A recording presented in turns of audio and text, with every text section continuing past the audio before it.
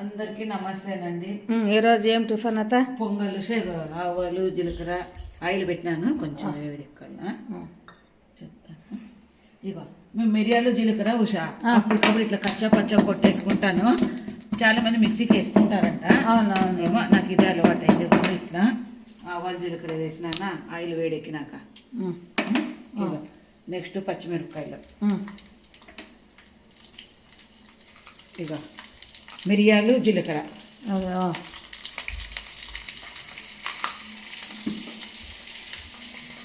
పొంగల్కి అదే ఉండును. కరివేపాకు, సాల్ట్ అనమాట.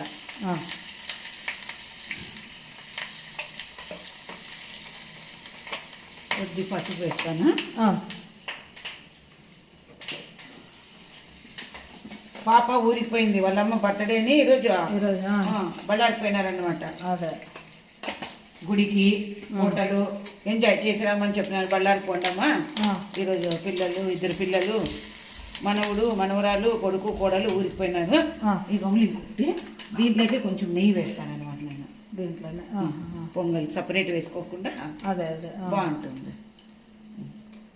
వేడి నీళ్ళు పెట్టినానా? ఇప్పుడు చూడు,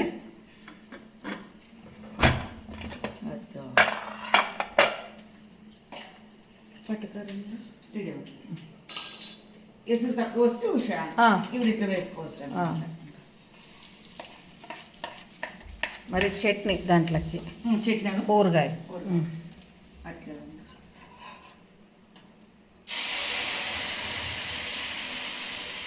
పొంగల్ ఈజీ అనమాట. బియ్యము కడిగి ఇట్లా పెట్టుకోవచ్చు.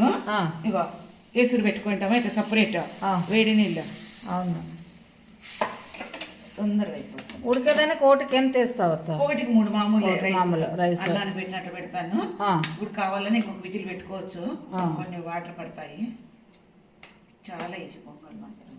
పెసరబ్యాలు బియ్యం ఉడకబెట్టేది ఫస్ట్ అన్నంలాగా. అప్పుడు మరి నేను చూపెట్టానే. కొన్ని వాటర్ వేస్తాను. ఎంచుకుంటాం కదా పెసరపప్పు. అవునవును, పాత బియ్యం కదా. అవును, భలే ఉరుగుతుంది చూడంలో. ఓకేనా? అయిపోయి కొంచెం వేడి చేస్తాను. ఓకే చూడగా. అవును, బాగా